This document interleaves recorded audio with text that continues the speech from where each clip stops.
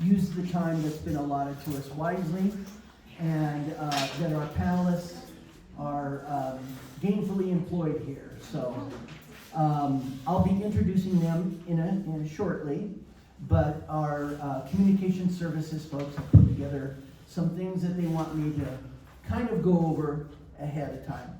First of all, I'm Commissioner Jeff Baker. I represent District 3 in Arapahoe County. Welcome to District 3. If you haven't been here before, this is part of my district.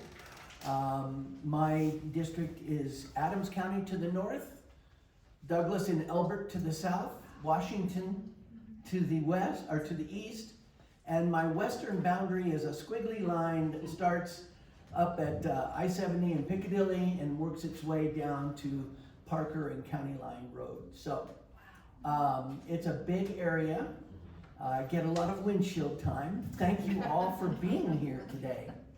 I've been a commissioner for 2 terms. I'm currently running for my 3rd and final term in office, and prior to, boy, the P's really come out there, don't they? Prior to being county commissioner, I was an employee of Arapahoe County for 18 years. I had 5 years with the Human Services Department and 13 years in the Facilities and Fleet Management Department. I was in charge of all the Arapahoe County buildings, and I helped build this building.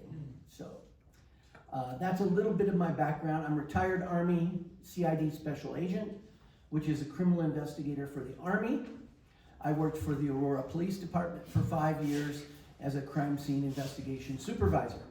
Chuck E. Cheese was my first crime scene for the city of Aurora. So that was in '93. So thank you so much for the great turnout tonight. I'm going to speak a bit about some important initiatives in our area, and then I'll lead our panel through a discussion and ask them some tough questions maybe. First of all, I'd like to tell you a little bit about our strategic plan.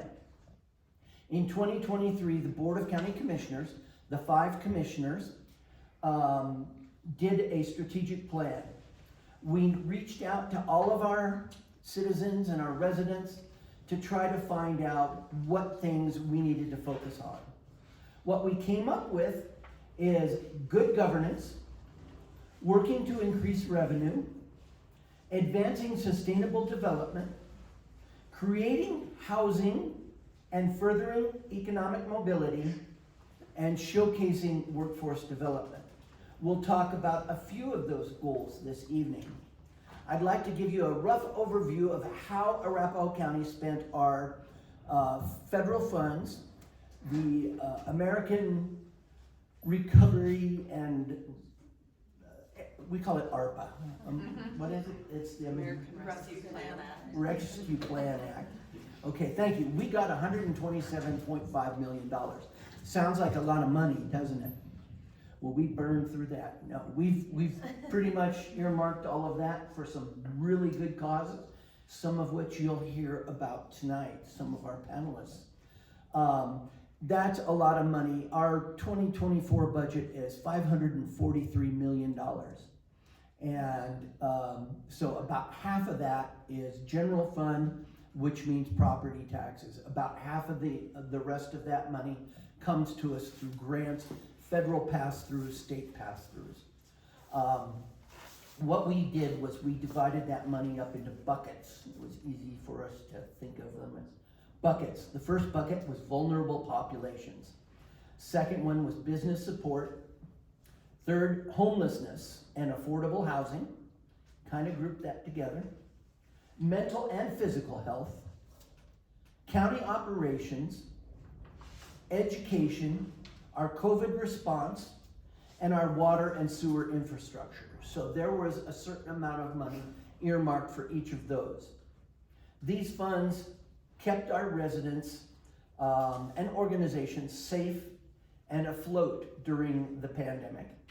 They also demonstrated how investment in community-based programs can have a positive effect on our population. They allowed us to launch new programs such as the Regional Homeless Response that you're going to hear about tonight. So it's been a lifeline for us. But that was one-time money. for one-time uses. And it's going away. We spent it. We've got it earmarked. It's not completely spent, but it's been either given out to the folks that asked for it, or it's been held in reserve for them. We have some funding challenges. There's a lot of documentation over here. Please look through our flyers, and if there's anything that piques your interest, please take one of them, and please take a lantern with you as well. I was told that these signify Arapahoe County shining the light to lead to the end of homelessness. So, isn't that kind of a cool thing? Sweet. So please help yourself to one of those camping lanterns. In 2025, we're going to have an immediate budget shortfall. For 25 years, the county's done an absolutely fantastic job of making do with what we have. We have not asked for, other than in 2019, we did ask for a property tax increase, and the voters soundly rejected that for our new jail, for a jail, AIM jail. And so the county only keeps about 12% of all of our property taxes. Where does the rest of it go? In Arapahoe County, we have over 450 taxing districts.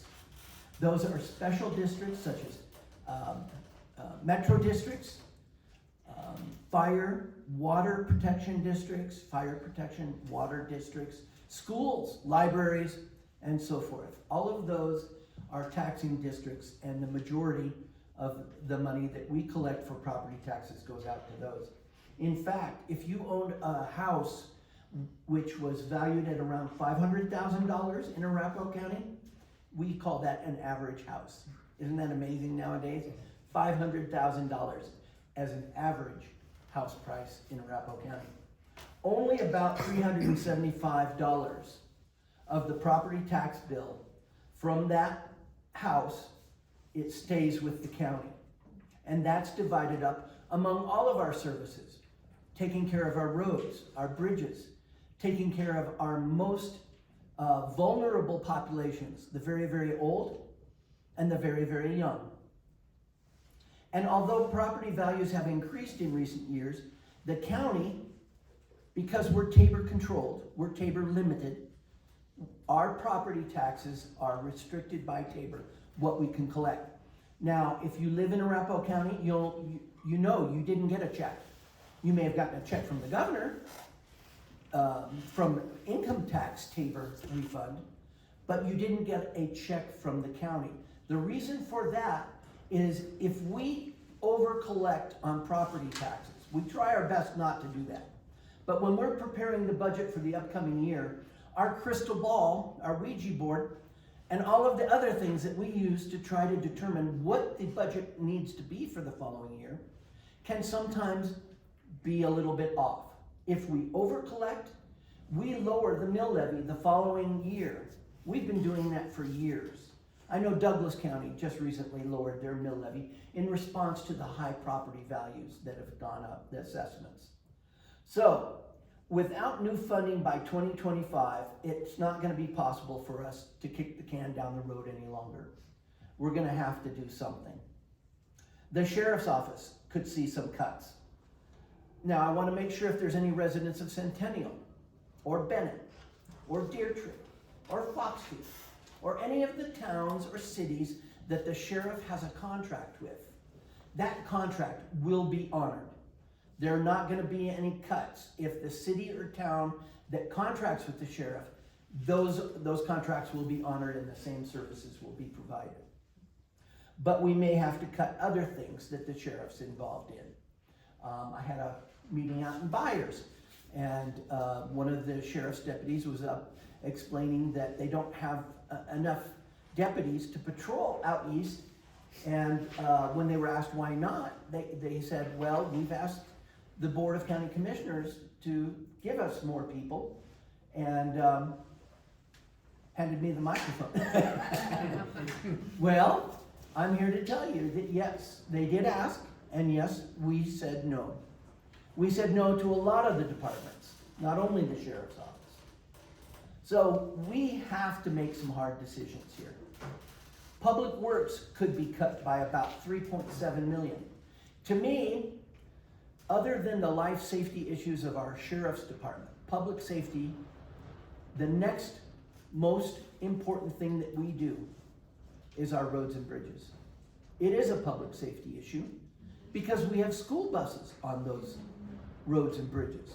If they're not in good condition, we could be causing injuries by having those roads in those conditions. Human services, public health, and community resources, sorry, Kathy, could see 4.7 million in combined reductions. Now, while I've said all this, let me be clear, no decisions have been made. The 5-member Board of County Commissioners has not made a decision yet as to what we're going to do. That decision will be made in August. But there could be a ballot measure on the ballot in November. We talked a little bit about Bennett's law enforcement services. The town of Bennett has parted ways with Adams County Sheriff's Office and has elected to contract with our Arapahoe County Sheriff to provide all law enforcement services in the town of Bennett.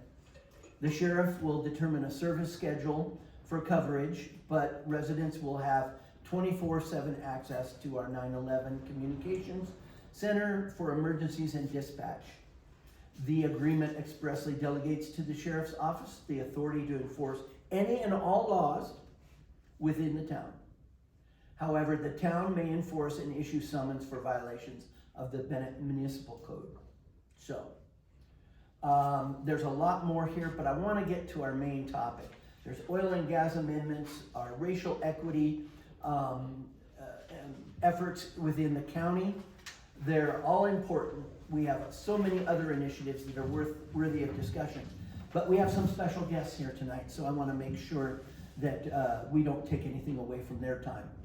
I encourage you to check out our county website at arapahogov.com and sign up for our weekly email newsletter. If you want to communicate with the commissioners, you can communicate with me at jbaker@arapahogov.com or all of the commissioners at commissioners@arapahogov.com. So, housing, and more specifically affordable and attainable housing, has become one of the most important topics in the state. And that's because housing is one of the most critical components to qualify to the quality of life that we have. And right now, our housing stock is in short supply here in Colorado.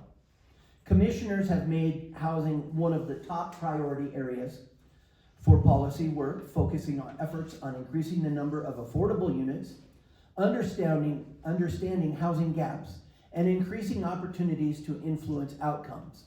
If anyone didn't know, the state legislature is in session, and they're pumping some bills out. Some of them have to do with housing. Some of them we support, others we'd like to see changed a little bit. But for most of them, we're at least at an amended position on those bills. Our elected leaders also proactively engage with all of our legislators to help implement solutions that could solve the housing crisis at the local, regional, and state levels. Beyond the issue of housing, our residents need economic mobility to satisfy basic needs and enjoy the quality of life. Our work in this area focuses on breaking the cycle of poverty, addressing health-related barriers, and improving financial well-being for everyone. Last year, we made some great progress in our regional homelessness response, working with county partners to make homelessness brief, rare, and non-reoccurring. We don't want to see them back in a homelessness situation. Tonight, we're going to hear from an impressive panel of experts, and I'm going to ask you to introduce yourselves. Now, I'm told that the microphone doesn't go all the way down, but if you could use your command voices and introduce yourself. We'll start with Kathy Smith.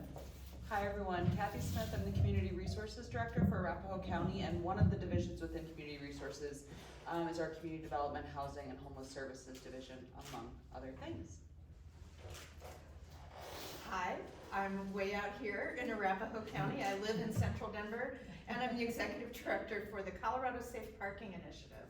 And our work extends around 5 of the 7 metro counties, including Arapahoe. The Safe Parking Initiative secures private parking lots that will allow people who are sheltering in their vehicles to stay safely overnight while they work to regain stability.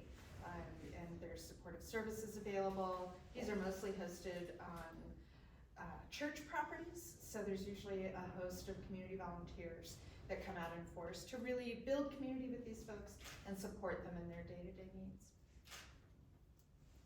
Hi, I'm Lindsay Grozowski-Hocking, and I'm the Executive Director of Innovative Housing Concepts, which is the public housing authority for the city of Inglewood, and then we also serve the city of Sheridan. We run a variety of HUD-subsidized, deeply affordable housing programs, and have now ventured into sort of the homelessness space to help some of our community members experiencing homelessness. My name is Jen Enquist, and I'm the Executive Director for Safer Opportunities. We are an initiative of Mental Health Colorado. Safer provides shelter and non-congregate shelter for people who have faced really deep vulnerabilities and barriers. They've got really high obstacles to succeeding in housing or to getting out of just some cycling through personal crisis. And so we love to work in partnership with other folks that are here, and we also prioritize working with folks for whom their homelessness or their mental illness or a history of substance misuse has created an overlap with the criminal justice system. So we try really hard to make sure that the jail isn't a revolving door, and that we can help give somebody a path to housing rather than back to the county. Hi, my name is Sandra Blythe Perry, and I'm the Executive Director of Integrated Family Community Services. And we've been working alongside Arapahoe County now for 60 years in mostly homeless prevention and food insecurity issues. And we are all about prevention. We're trying to prevent families and individuals from being out on the street, because it's just so difficult, as you know, once they're out living in vehicles or doubled up with families. So we do strive to help to prevent the homelessness before it happens with our services. Hi, my name is Steve Blackstock. I'm the Director of Family Services at Aurora Housing Authority. My office operates a variety of homeless and housing stability programs. We partner with the county in a couple of ways. One is through Family Unification Program, which works with families who have child welfare involvement.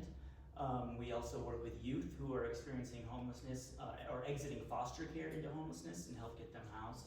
We work with veterans in partnership with the VA to help get them vouchers for housing homeless veterans.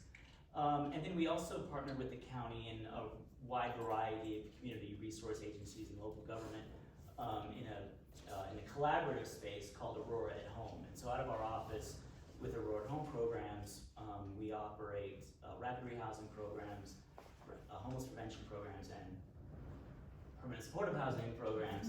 All those are big words to say. We serve families with children for the most part and help them get housed and stabilized for the long term, not only with rental assistance, but also with regular case management and supportive services. And I work with Steve, and I am the Director of Housing Development at Aurora Housing Authority. So much like Lindsay, we do housing for the community. We're a quasi-governmental agency, which doesn't mean much other than there's some expectation that we're serving the public good in a sort of collaborative way. So we work with the city of Aurora, we work with Arapahoe County, we work with Adams County to a certain degree. We're trying to cover a large span of things. And so the way we've been doing it is trying to develop as much housing as possible. And we have about 980 units that we have built that we own and manage. And so within those units, there's everything from senior housing to serve those who are, on fixed incomes in our community. And then we're most recently working on a permanent supportive housing development, and that is specifically targeting people who have experienced homelessness and mental illness. And so we're kind of serving that whole gamut. A lot of developers out there in the community will focus on, sort of one sliver, but I think when you start to work in the public realm, you're trying to take a more scattershot approach and do a little bit for that larger spectrum of housing needs. So we're really appreciative of Arapahoe County because they've been supportive of us with those ARPA dollars that were being discussed. They've supported us, it's called Sanctuary on Potomac, which we hope to get tax credit awards later in May, and that will be permanent supportive housing for folks in Arapahoe County, so Thank you. excited about that. And I do want to introduce Mr. Craig Hines. Okay. He is the president of the Colorado Homeless Housing Coalition. So Mr. Hines, thank you for being here. Thank you. Appreciate it. And I know we have at least one candidate. If candidates would like to just stand up and real quick say who you are. Good evening, everybody. My name is Sashin Coates. I'm running for Arapahoe County Commissioner for District 5, which is from Yosemite, out past Gun Club, Colfax, down to about Evans. That's the rough estimate of it. Where this issue is really important. And I'm really, thank you for the opportunity to speak. I just really came to just listen and to work on ideas on that. Thank you. Scott? Hi, my name is Scott Brown. I'm the Democratic candidate for County Commissioner District 3 running against Jeff. So again, thank you for the opportunity. You bet. All right, first question for the panel. There are an increasing number of people experiencing homelessness, and the situation appears to be getting worse. And I would say it's moving to our more rural communities as well. From each year's point in time event, what are we learning? What are we learning, and how can we act upon it? And why don't we start at the other end and we'll work our way back this way. So Dana? Okay, so I don't directly deal with point in time stuff, so I will just Okay. Say that right here. So there's Okay. probably other people who are better about that. Is that, should I have started on this time? Well, I think Steve could speak to it a little bit. I Okay. just will say, I think that you see numbers increase in these point in time Mhm. surveys, that we realize there's more need, and the response from a municipal level and, a housing authority level, at least in this area, has been to also increase staff and resources and applications to get different funding. So, I think that the efforts to respond to the point in time survey have sort of been moving at the same pace. So I would just point that out. Steve? Okay. So, quick definition of the point in time count is a moment. It captures a moment in time. This year it was, I think, January 23rd, where groups of people go out over an evening or into the early morning hours to literally count folks who are on the street, and also offer resources. And I think this year our manager of homeless and housing stability services went out, and she was also giving out like hygiene packs and socks and stuff like that. Try to just help people know that there are services available. The numbers aren't great, as you mentioned, Commissioner. I think one of the things I want to highlight in all of that is that, last fall in one of the programs in the Aurora Home Collaborative that we operate, we did a brief survey of folks who have who have used our services in the past, folks who are currently in our services, and we just asked, like, what do you need? And across, we can talk about demographics, we can talk about how many percentage of people are male or female or non-conforming, or we can break it down by race, we can break it down by families, individuals, and folks with mental health or physical abilities. But the one thing that brings the one common denominator about all these things, all these people across all these populations, they lack housing. That's what they need. So the way we think about this is that when it comes to these other concerns that are barriers to housing, we use a model called housing first. That doesn't mean housing only. It doesn't mean like we throw people in a unit and like we walk away.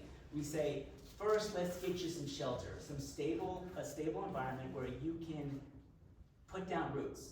And then we're gonna walk alongside you and help you overcome these other barriers, whether it's mental health or physical health or gosh, just getting some money for childcare, These are the things we continue to work on with folks, leading toward long-term stability. And so I don't deal with the point in time survey. Like I said, my organization really provides services to help with homeless prevention before they get on the streets. But I have been executive director now for 25 years, and what I can see in the progression of, since I've been there, is that agencies, organizations are now really realizing the diversity that is going on in the unhoused population. And so we need to recognize and understand the complexities that's going on. And so we have to be prepared to provide services, a comprehensive bunch of services that's gonna include mental health, housing assistance, job training, childcare. And so the folks that are calling us for support with their homeless before they get out on the streets are the families who are doubled up on their friend's sofa, or they've had enough with family doubling up. And we're also getting calls now from foster youths who are now out on the streets. And then our new neighbors are migrants who are coming in.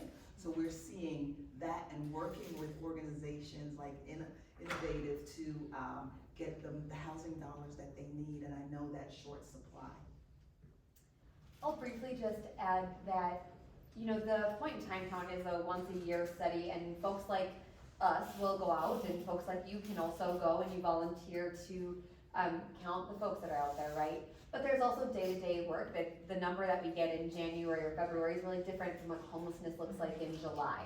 So throughout the year, we all share, in those of us who work directly in homelessness, work with a system called HMIS.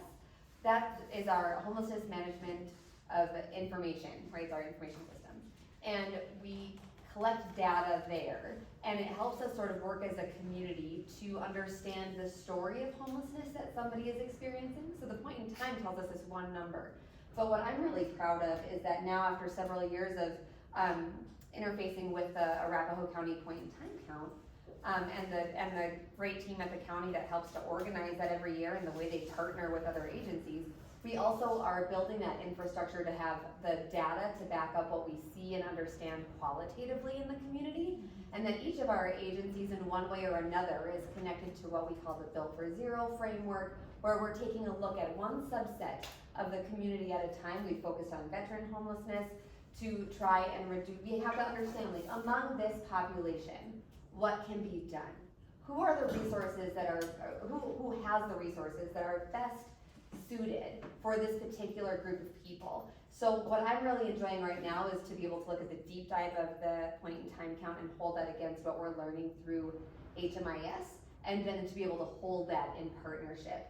So behind the scenes of all this work, there really is a lot of navigating and collaboration happening that, you know, it's more than just one day.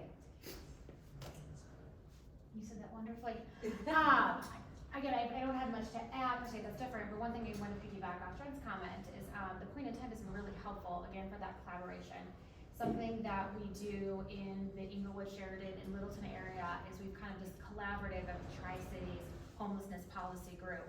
And we've used that data to inform then our services and our practices, and we've been able to get grants and provide some new housing services. So while the point in time is not gonna tell the whole story, the fact that we have this count that gives us some numbers and gives us some data to apply for grants and to put programs in place and hire staff, it's amazing. And I would actually encourage anybody to go out and do the point in time. I've done it before, and it gives you a different lens to see what people are actually dealing with when you go up to somebody in an encampment and ask them a little bit about their story.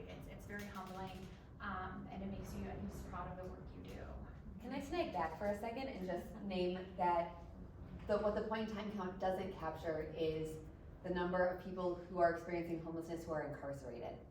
And so, which is a high number of, I mean, it can be like up to like a third of the jail, are folks that really, you know, for lack of better resources, or for lack of resources, are housed for the night on the point in time, so we don't get to count them. Yeah, and Kathy has the percentage of it. Go ahead. No, that's a really good point. Thank you for that. So I'm a direct service provider. I have been my entire career here in Denver. So I've always worked within the point in time. And one of the things it does is it gives all of us that data to make the case to funders, to community members about here's how we know what the real need is. And one of the things it can do is identify what the gaps are. Where did somebody spend the night last night? That's kind of the key question that you start with. And if it's in a car, then we can know if it's reported well within the report. At Colorado Safe Parking, we can know, oh my gosh, we need to start dropping some services over there. Who can we partner with to create a safe lot? Like the nice folks in Tri-Cities, where we're gonna start doing some feasibility. I was gonna work. ask you if you need a parking lot. Yeah, well, we are actually starting to do some work with Tri-Cities because they have generically safe parking as part of this homeless plan. And since we're the only provider, we can do that. So that's one of the really key things, is to look at where your hotspots are and what are the gaps in those services. The other thing to know about the point in time, when you all go home and Google, Metro Denver point in time, is those of us, who do this work day in, day out, we know it's an undercount. I mean, Every year. And it's true across the country, and all the communities doing this, and they all do. It's mandated by HUD if you're gonna apply for federal money in your community. So we know that we're not catching everybody. It literally is a snapshot in time. I mean, you could even say almost like an hour in time. So that's something that's really important to know. It's really helpful to identify trends. So here's some policies and some new practices that communities have put into place. Are they having an impact 1-2 years down? How has some of the more universal landscape impacted our homeless trends? So, pandemic was kind of a deal breaker for everybody in so many ways, and it really highlighted some of the weaknesses in our many, many systems: education, policing, court systems, all of those things. And so there are still people who are feeling the fallout from that, both in employment, in housing, and the number of people who are unsheltered. So they spent the night in a place, technical term, not fit for human habitation. So they're outside, on the streets in a tent, they're staying in their vehicle. And that number has doubled in the last year. And one of the things you can look at around that is eviction rates. We know eviction rates, were skyrocketing until there was a freeze on them, but people were still really at risk.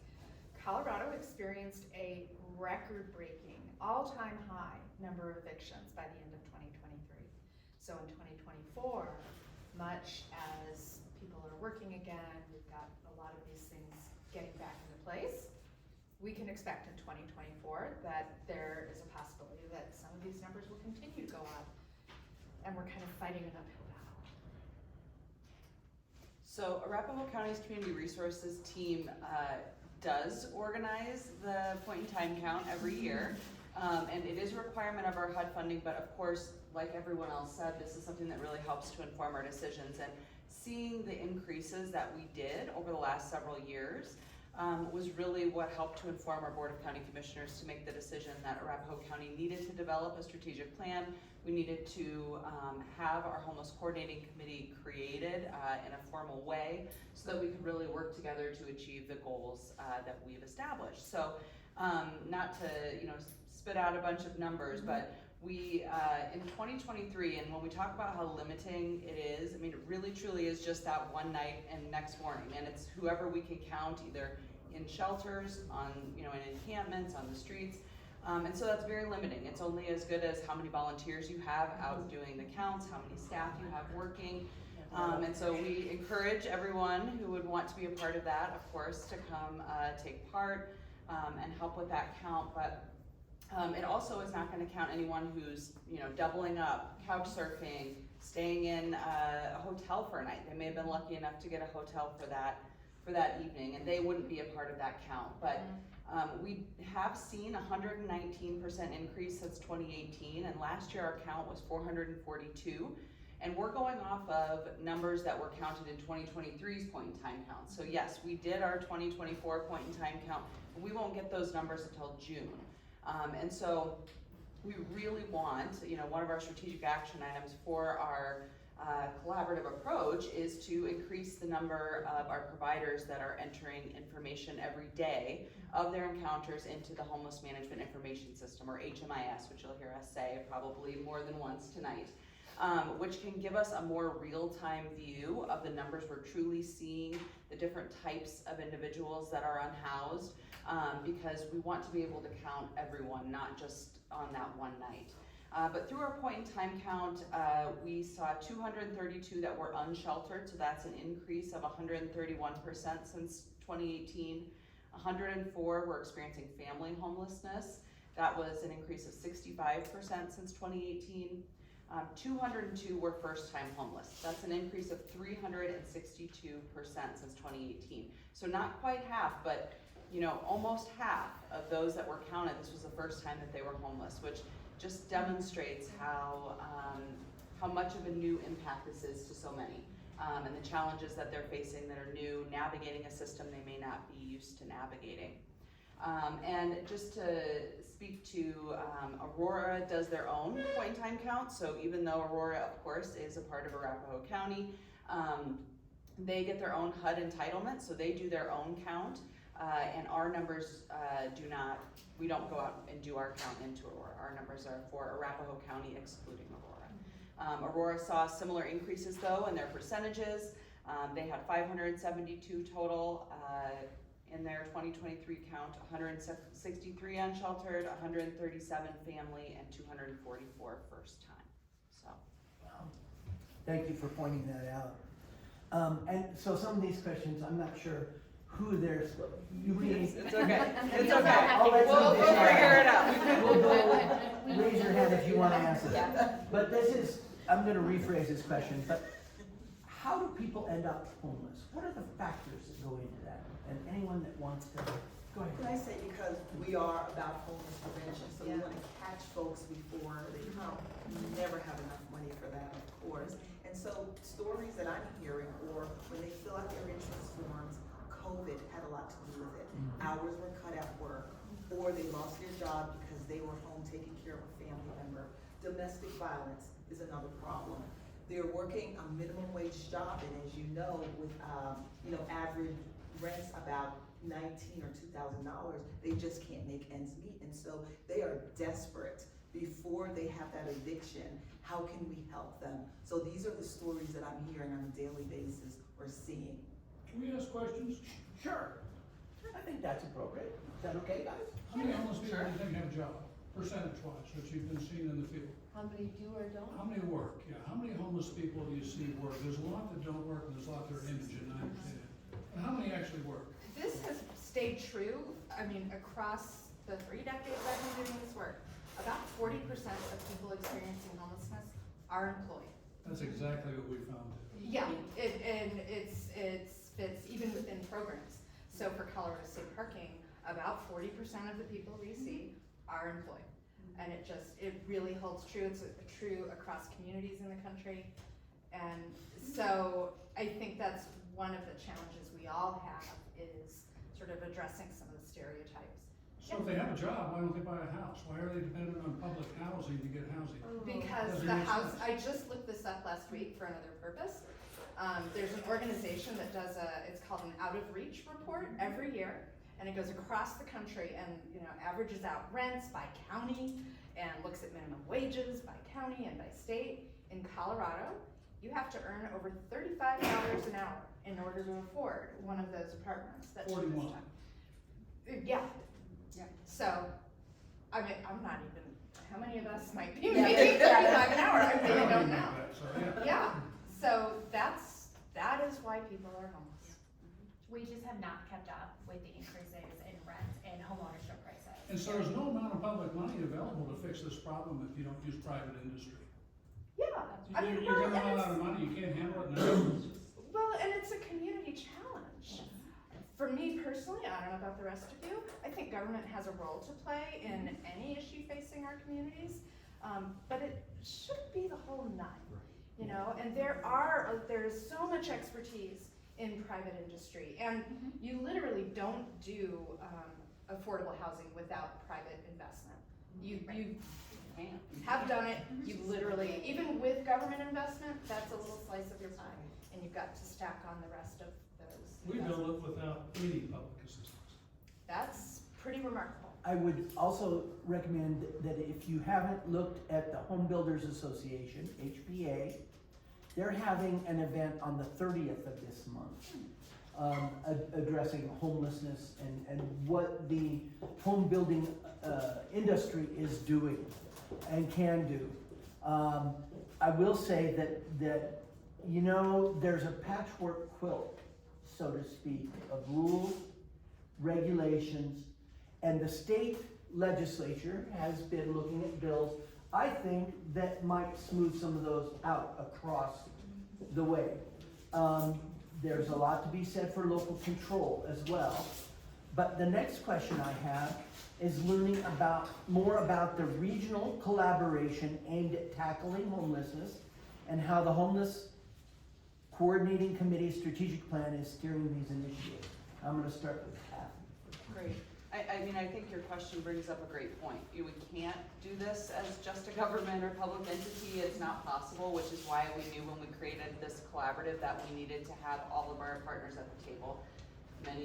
All of you who are here, plus, you know, we have over 150 members as a part of our homeless coordinating committee. Over 100 entities are represented. So other local jurisdictions, our community providers, nonprofits, for-profits, you know, developers, those with lived experience. We really want to make sure that we have everyone at the table because it really does take all of us to help reduce homelessness in our area and increase affordable housing, all of the things that we want to do. So when we created the committee, we got together and we spent about a year really digging in. We were able to use some really great framework from Aurora at Home, the initiative in Aurora, as well as the Tri-Cities Policy Committee, which had both already created their strategic plans. And we wanted our plan to really encompass what work had already been done and be able to help to move that forward to a county-wide approach, right? So that we're still working and being a part of those collaboratives, but also leading that to the larger county. So we went through the year and got feedback from everyone and identified the strategic initiatives that we want to work on over the next 2 years. And these are going to be worked on throughout 3 different tier levels of the committee. We have an executive tier, a policy tier, and our technical assistance tier. All with varying levels of individuals. Some have elected officials that are going to be working much more on the policy, legislative lens of things. Our director level staff that would be working more on the oversight, and then our technical assistance committee is much more the boots on the ground, our subject matter experts who are doing the work every day to feed into that. So our action items are to develop a coordinated system of care to provide supportive services to individuals experiencing homelessness in the county. And that's really mapping out what services do we have, identifying those gaps, and trying to identify how we can work together to fill the gaps. And there is a one-pager over there too for everyone if you want to see just a snapshot of the strategic plan rather than reading all of it. The second is to maximize provider usage of homeless management information system, as I said, so that we can really get better data and utilize that data more real time to inform our decision making. Maximize the use of and expand the affordable housing inventory. Explore and secure long-term funding solutions for a variety of affordable housing options. To review legislation and local policymaking efforts to identify avenues for advocacy that will increase affordable housing and supportive services. And then also to educate our communities about our unhoused neighbors. And it will take all of us, of course, working together to really make progress and achieve. And within each of these action items, we do have different steps that we'd like to take over these next 2 years, things that we would like to accomplish in order to get to those larger action item goals. Anyone else want to say anything about that particular group or anything? The next question is really what resources are available. I'd like, and I know that, and how can people help? How can community members, I'm kind of sad that the TV camera went away, but because This is what we're on now. was that, but we have print here, print media, and so how can they help? What resources are available, and how can our citizens, because they want to help. I mean, they see the homelessness signs out there, the people at the street corners. So what resources are available, and how can community members help? I would just pitch that the community has already done wonders for housing, right? Prop 123 was a result of citizens saying, this is an issue for our state and we want to do something about it. And so that is a perfect example of how, you know, there's a lot of initiatives that come from the heart of our citizenry. And that money has opened a lot of avenues for all of us to access resources that otherwise wouldn't have been there. And so I think that is a perfect example of how a thought can be turned into an action just by political activity. And it's happening at every level as well. So the county's gonna try to propose things to have more affordable housing money to put into things. And the city of Aurora is trying to figure out how they can, not just use federal pass-through dollars, but also create their own funding pools to help. And so all of those things are gonna need citizen support. And it's, I think that's the biggest way we can all say is we wanna make these investments in things that we believe in, and this is where I'm going to support my community. So I'll just plug that big picture pitch, and then you guys can fill in all the deets. I wanna just bring up again this idea of, like we talked about, so 40% of people are working. And X% of people identify that they have a really significant mental health struggle or barrier. X% of people are dealing with addiction. X% of people have been incarcerated. X% of people got kicked out of their home when they were a teenager. X% of people are coming out of the foster care system, right?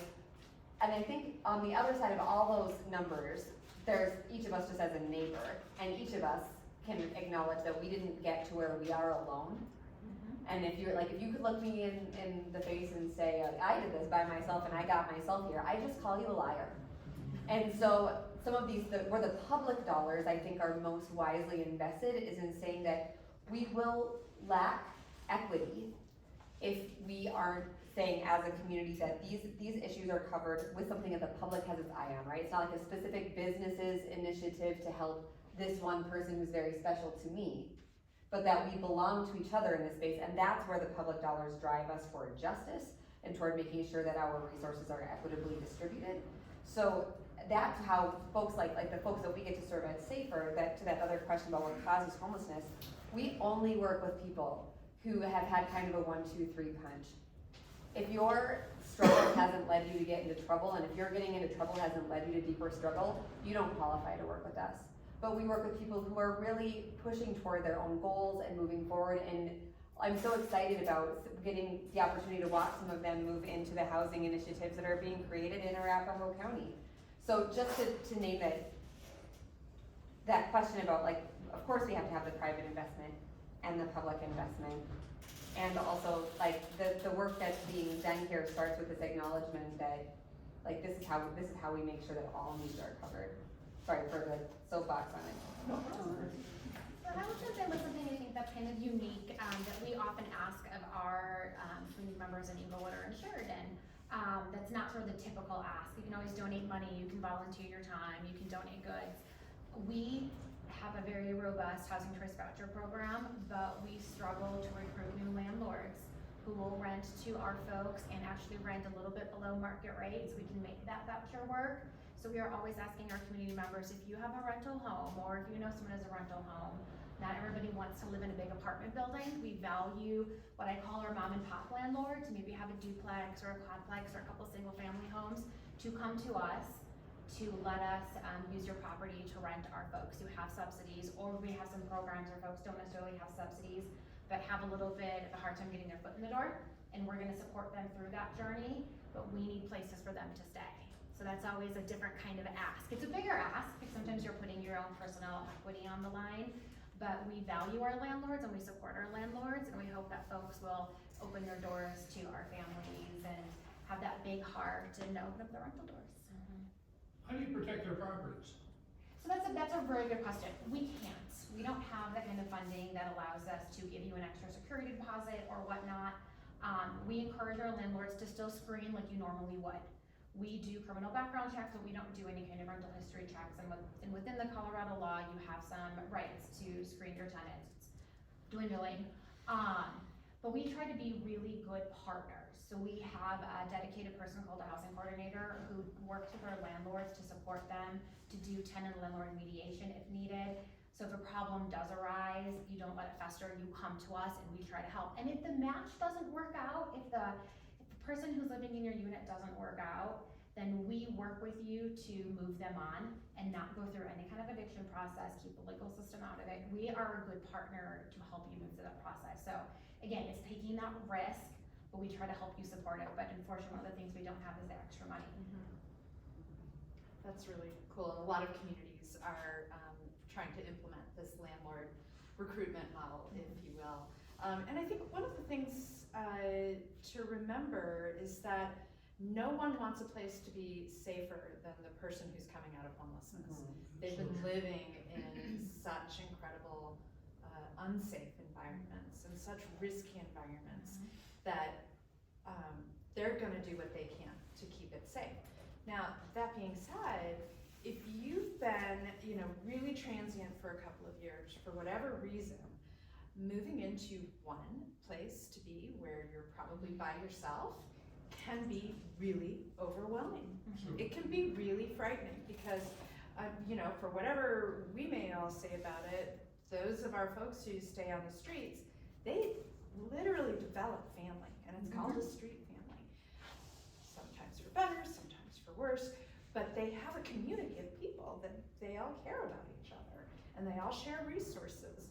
Whether it's, hey, I got an extra can of whatever tonight, or hey, did you know this case manager told me XYZ over there? And that's how we all do things, right?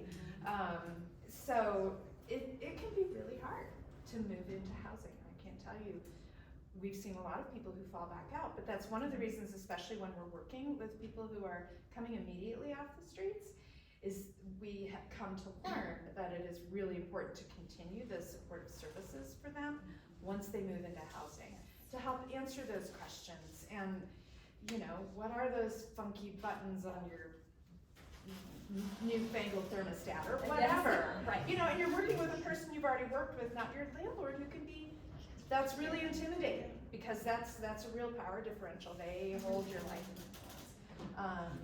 And so I think one of the other things I just wanted to say about how people can help is I have seen so many mindsets shift when community members get to know a person who's experienced homelessness.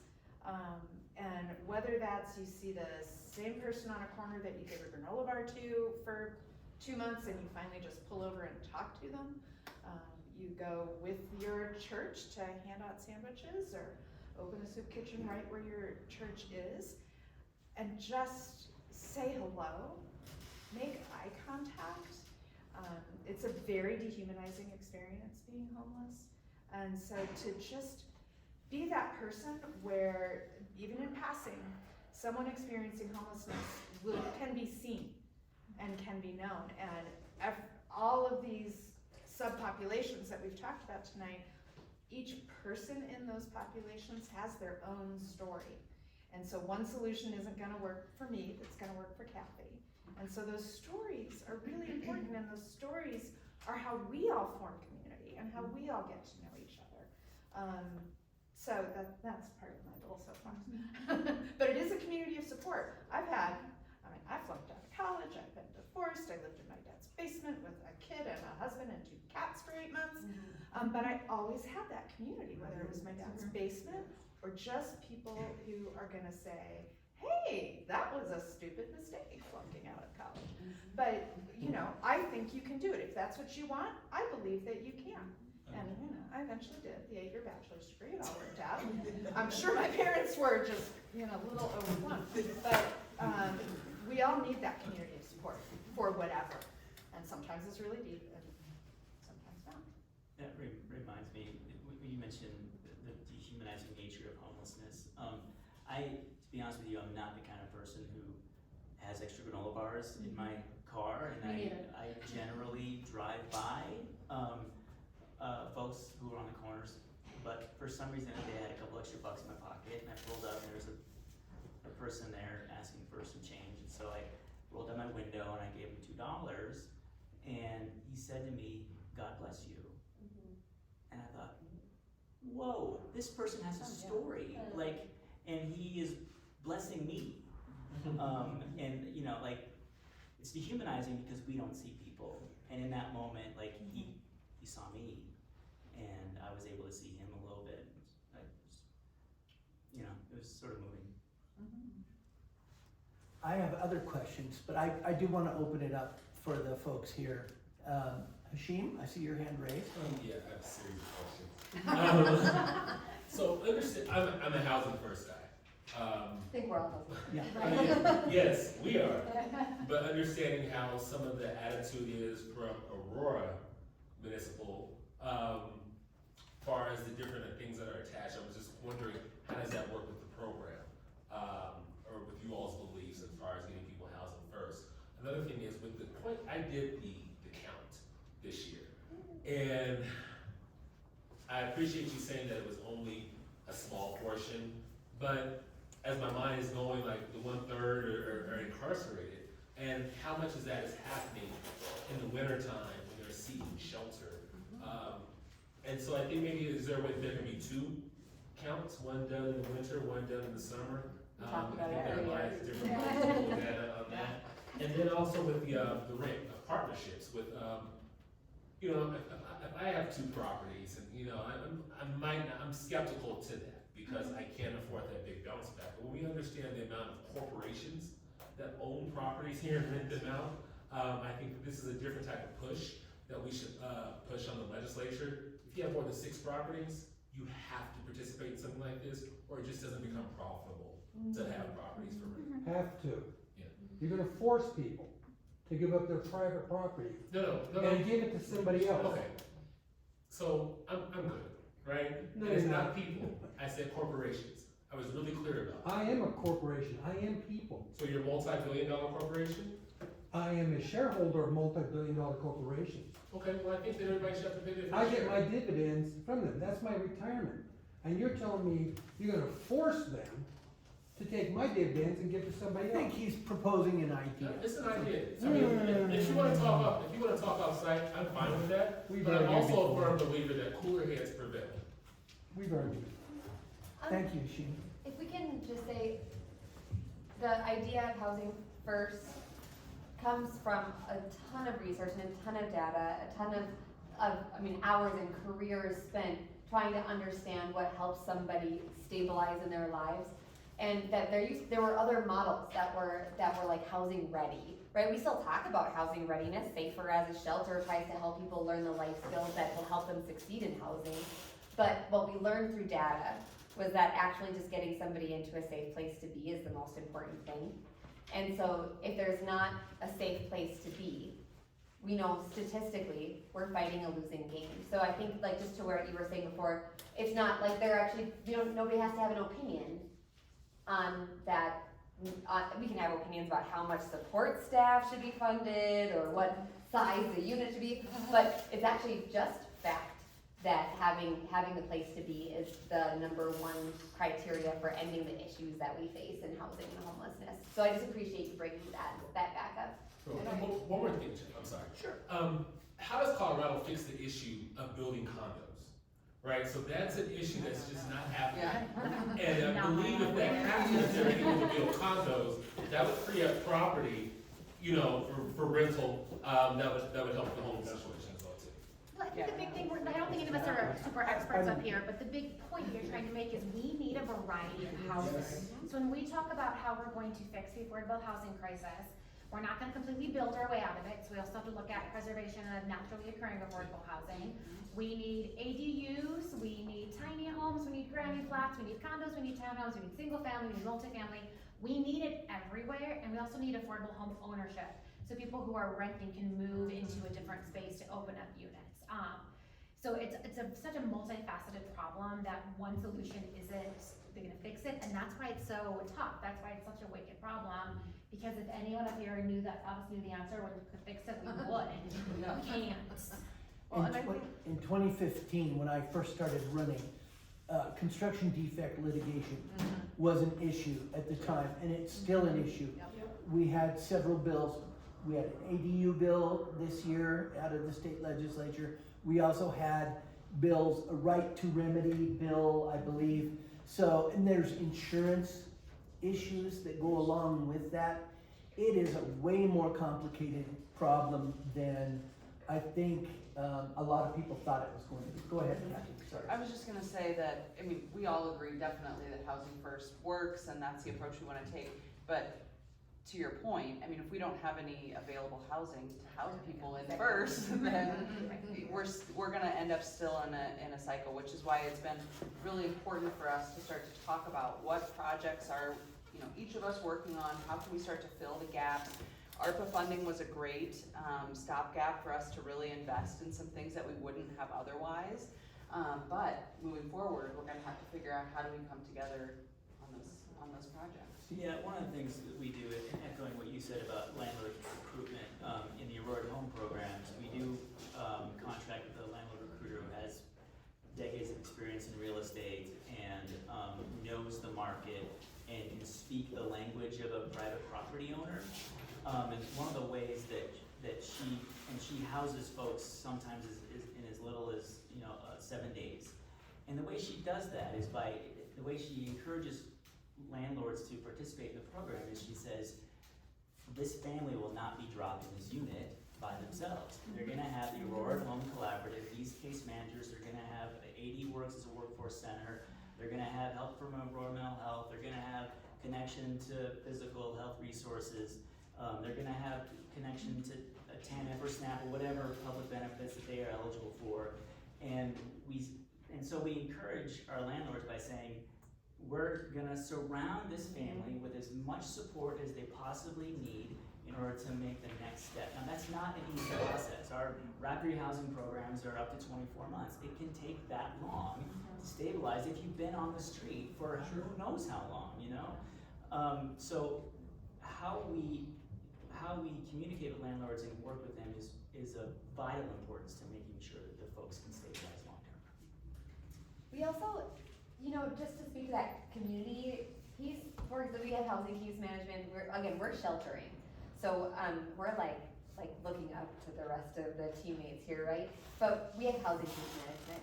And it's, like our housing case manager might take somebody over to ISDS and help them get to know their neighborhood food pantry and get to know the friendly volunteers and staff that are there. And then also when that crisis happens, like our teams will help somebody restabilize.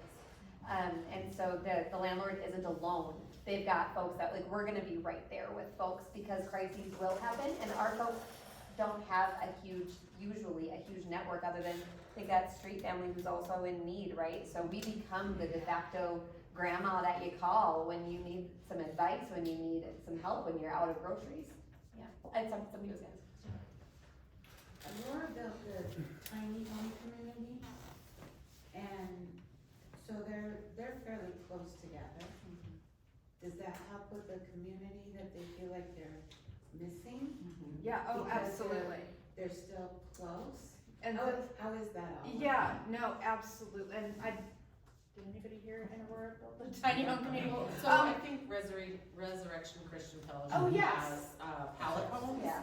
And so, safe parking. And safe parking. Yeah. So it really does work, and I think, unless I'm mistaken, the tiny homes are shelter. They're not full-time housing. Somebody has a door that closes and that they control access to, but somebody else controls access to the village. Right. It's still a communal, in most times, a communal restroom and showering situation. So those are shelter. incredibly dignified shelter that does create community. So it's a great solution, especially if you have a piece of property that, and this has been done in Seattle and actually, not the Second Chance Center, but if they talked about it.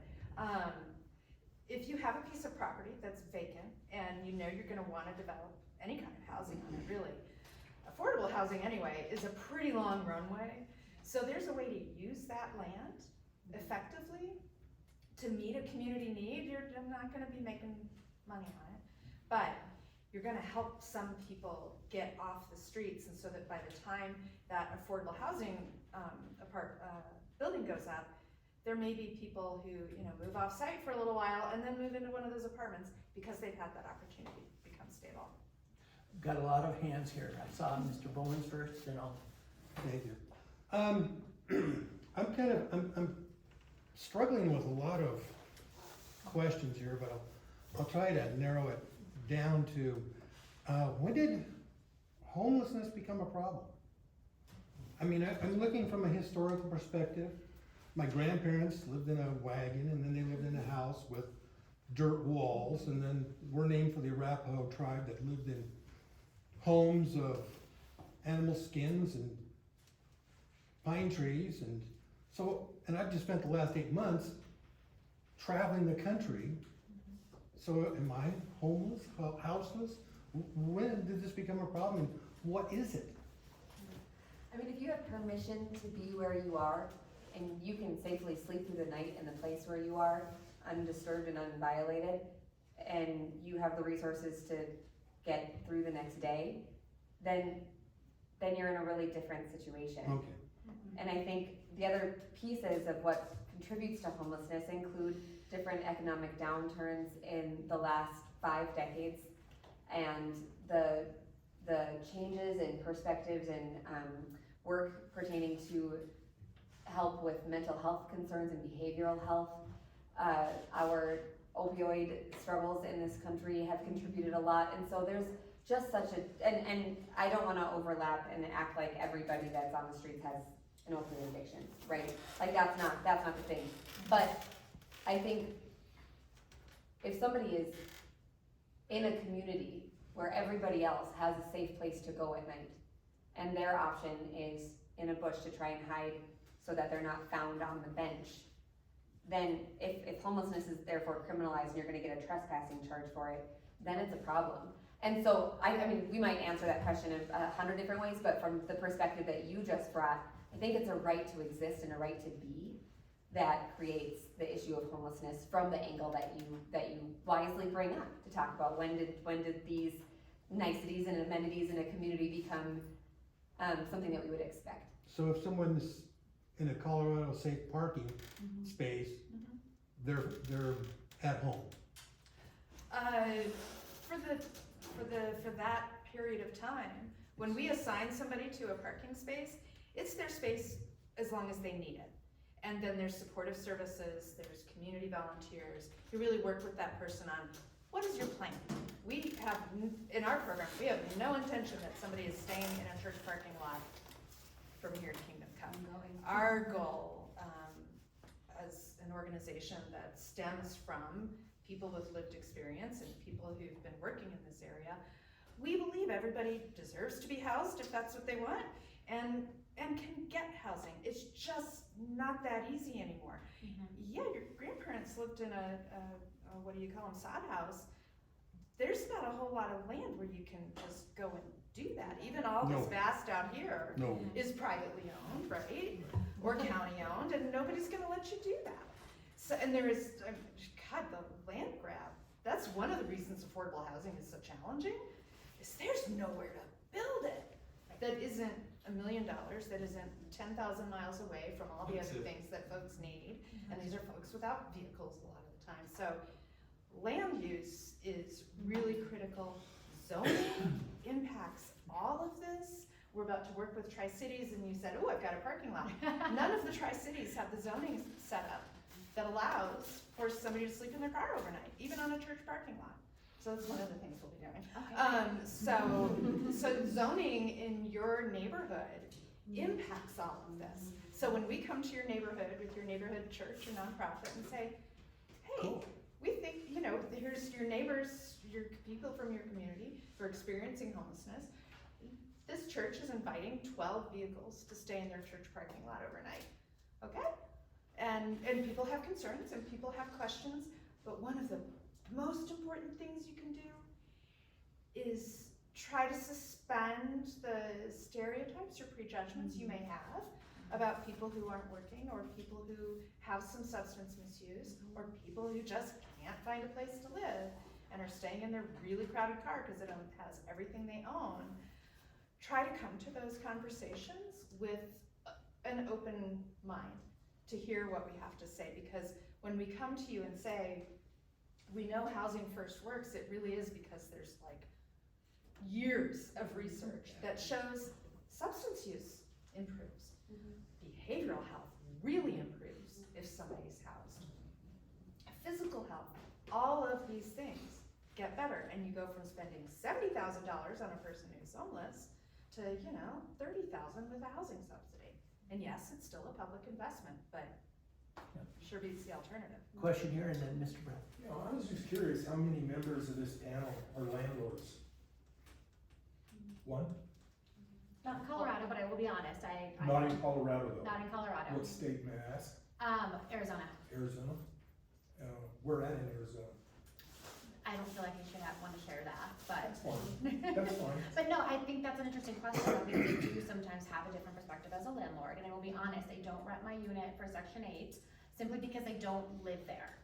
If I lived in Arizona and I was close, I would do it, because there is a landlord component.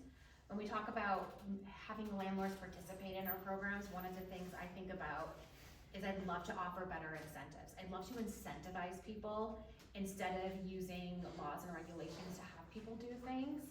And one of the things that if you're a landlord for Section 8, there's a lot of paperwork. Right. I don't know in Colorado, but I used to be a landlord and I Yep. used to rent Section 8, and I Thank had you. very good luck. Thank you. But this was probably 20, 30 years ago. It was Right. a long time ago. But you'll be surprised, the program has changed very little.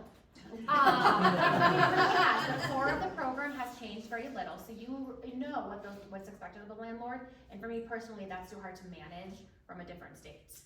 But I do bring sometimes a landlord perspective to it, which is why I feel like I can sometimes connect with landlords, because I've been there. I've had bad renters who have nothing to do with any kind of subsidy. Sometimes it is just luck. I may say that I've never had a bad renter. Oh, But lucky you. that was my policies that made it go that way. Very much so. It's what I did, Yeah. And in my that's, opinion. Yeah. no, I completely agree, because we work with a lot of individual landlords, because of where we are at Inglewood and Sheridan, there is a plethora of, small single-family homes and some duplexes and some quadplexes and little, 13plexes. So we work with a lot of smaller landlords, and a lot of it is that, it's having that mindset shift, but it's a different mindset. You have to want people to stay, you have to want it to go well. It's like a Housing First mindset, you have to be, even if it's a regular tenant, you have to want that relationship to work and start off on that right foot. Well, thank you for answering my questions. And I'm not a landlord, but I do have a disabled veteran, my son, living in my basement. He's working. He pays me $300 a month and gets benefits and SNAP, and so he contributes to the house that way. But he would be homeless if not for that. We've tried to find him an apartment. He went to Pickens Tech. He got advanced manufacturing certificate and is now working in Englewood for Armstrong Steel Buildings. Okay. And Let's find him some housing. yeah, thank you. But I mean, to your point, we almost all know each other and have all worked together because we have to. Yeah. And that's how we end up helping people, is you talk to someone and you learn something, and I know so-and-so and I'm gonna refer you there. That's the big positive takeaway to take from this conversation, is that while it's a really big problem, you have a very dedicated, motivated group of people across your county, including Aurora, that are working to try to solve this and really solve it. Mr. Brown, you had your hand up. I did. My question was the $35 to $40 an hour to live in Arapahoe County. which I remember when it was 20. Yeah. But, at what point do you counsel people for, at least the Sandra to you, the underemployed? So 40% of the people are working but can't afford shelter. So what counseling is provided for those people, underemployed, unemployed? You know, there's all kinds of, in the union environment, there's all kinds of apprentice programs. Are they exposed to all those things? Are they given opportunities? We talked about, yeah, being homeless, but how do we take that next step up, I guess, to get them, 2 years in shelter, but we're gonna have to move on from that, right? We have to help them move on and become successful. I just was wondering what those are. Absolutely. We do a budget with many of our folks, and it is interesting. If you don't see your income and expenses in black and white, oftentimes you're like, I'm bringing this and I'm spending this, well, no wonder. Or, can you maybe figure out childcare somehow? Hard to say, but do you really need the cable? Can you cut that out? So we do have our resource navigators who really sit down with the participants to work on the budget. And that's part of our homeless prevention strategy. What about the employment opportunities? And I appreciate that, you're right. Yep. So where do we direct them for employment opportunities? Yeah, I think that's one of the biggest pieces of, the county partnering with all of these entities around having our workforce center, Arapahoe Douglas Works at the table, who can really get individuals into training, certification, helping with job search, getting them upskilled, reskilled, so that they're getting into a career pathway that is sustainable for them. So I know often our partners do have other job coaches and training and things like that on site, but that partnership is really important because we do have funding that can assist people with paying for those trainings, certifications, even supportive services, right? So we can subsidize rent or need for transportation, childcare, things that might be barriers for individuals in getting a certification or getting a different career. We can help with that too. So it's that partnership of being able to look at what services are out there and getting people connected. Pipe Fitters has a great program for veterans. The Pipe Fitters, So does the sheet metal worker, SMART. Yep. So, Yep. and they'll put you to work and put you through their apprentice program. And they're begging for people to go to their apprentice program. So, the Nuggets are on at 8, I'm not gonna cut my cable tonight.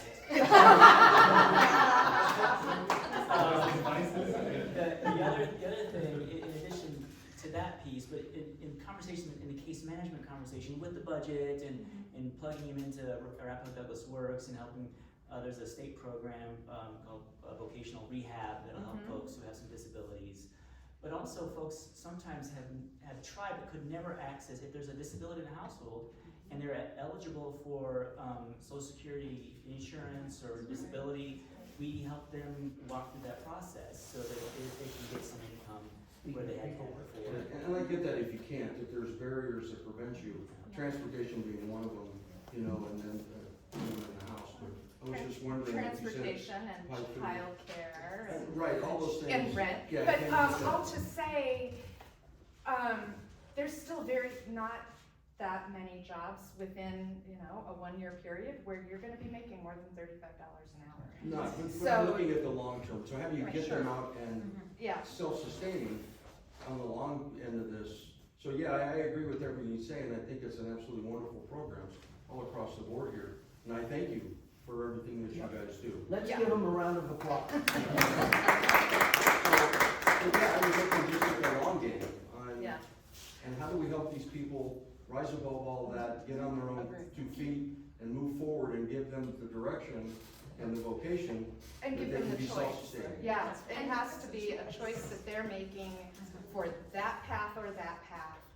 And folks really do want to get stable and I sustain believe themselves. that. I do And believe no amount of cutting your budget is gonna make your $18 an hour job pay 35. So it's gotta be more, right? We can do that working case manager to say you will grind, you will work so hard to reach your goals, but the community for that person has to be able to walk alongside them. And that's the difference between the neighbor next door and the neighbor under the bridge, right? Is that they've got the teamwork that's saying we're gonna walk with you so you do your best work and the community's gonna show up with the rest of it. One last question. Yeah, I'd like to direct this question to Ms. Perry. You're the only panel member that mentioned migrants in the point of survey. So how does that fall out as far as numbers are concerned?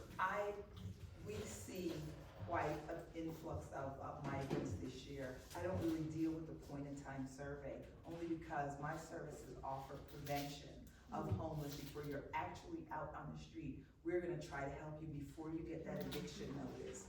We're gonna tell you, pay maybe your utilities so that you can divert some of the money that you were gonna pay for your utilities to rent.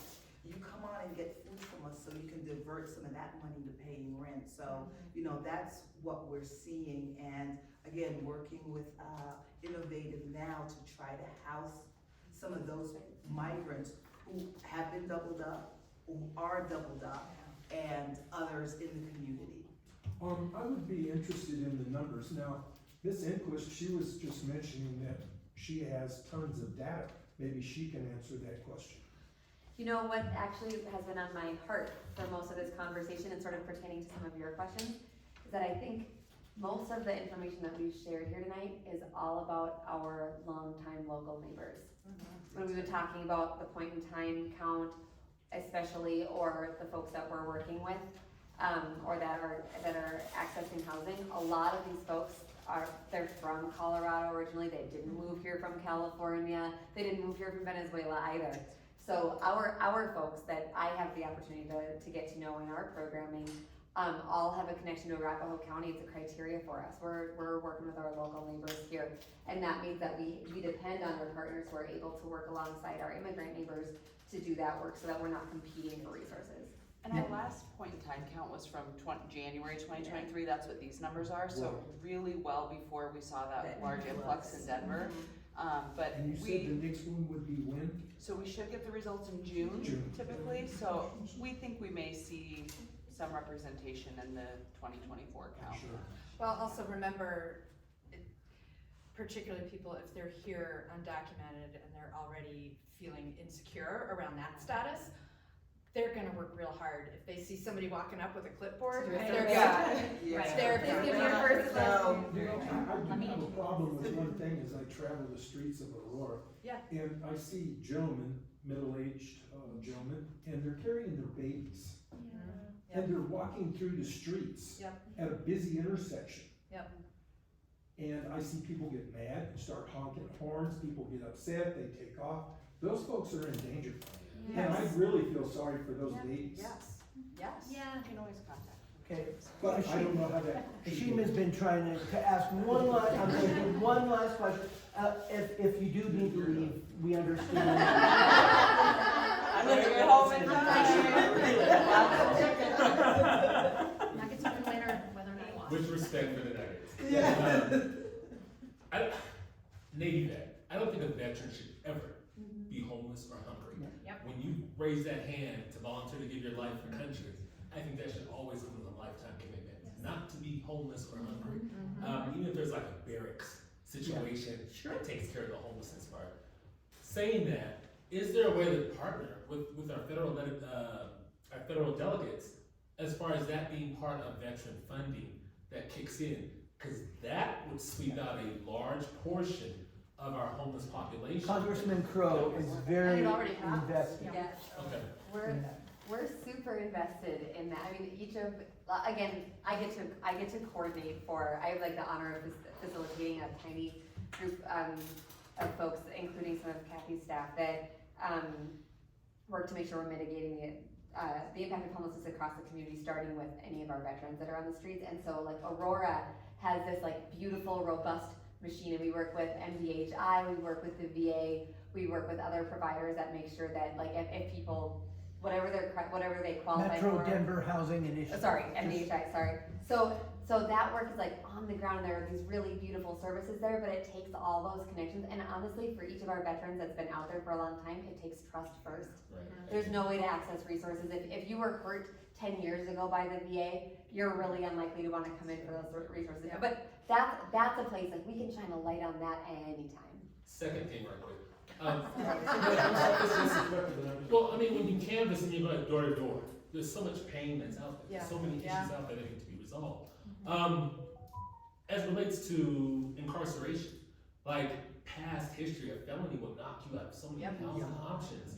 So it's another thing that has to be the weight has to be leaned upon other branches of government to change that and to make those type of exceptions for Yep. people. We have purchased a property at 1900 South Chambers. Arapahoe County contributed part of their ARPA money for this. It was zoned for an apartment building. It's going to be supportive housing for our justice involved. So that no longer, SAFER really started because we were releasing people from the jail in the dead of winter, in the dead of a snowstorm, in a wheelchair. Yep. That happened. That's true. I've seen it happen. Did happen. And part of that was the fire rescue folks, our angels. But if they're involved with picking up someone who's calling for assistance because they don't have a warm place versus somebody who's having a heart attack, then there's something that has to be done about that. And SAFER is one of those groups that we partnered with. We're going to be partnering with a lot of people on this supportive housing, 1900 South Chambers. We haven't even decided a name for it yet. No. We're talking about naming it. It's that new. I have to give a shout out to former County Commissioner Nancy Jackson, who worked on that specific issue for 15 years? Yeah. 15 years now. We're finally got a site, and it's gonna be for the folks that are coming out of the jail. So, I wanna give our panel another round of applause. Thank you very much. We've run out of time. Please take one of the lanterns. Please take cookies and brownies.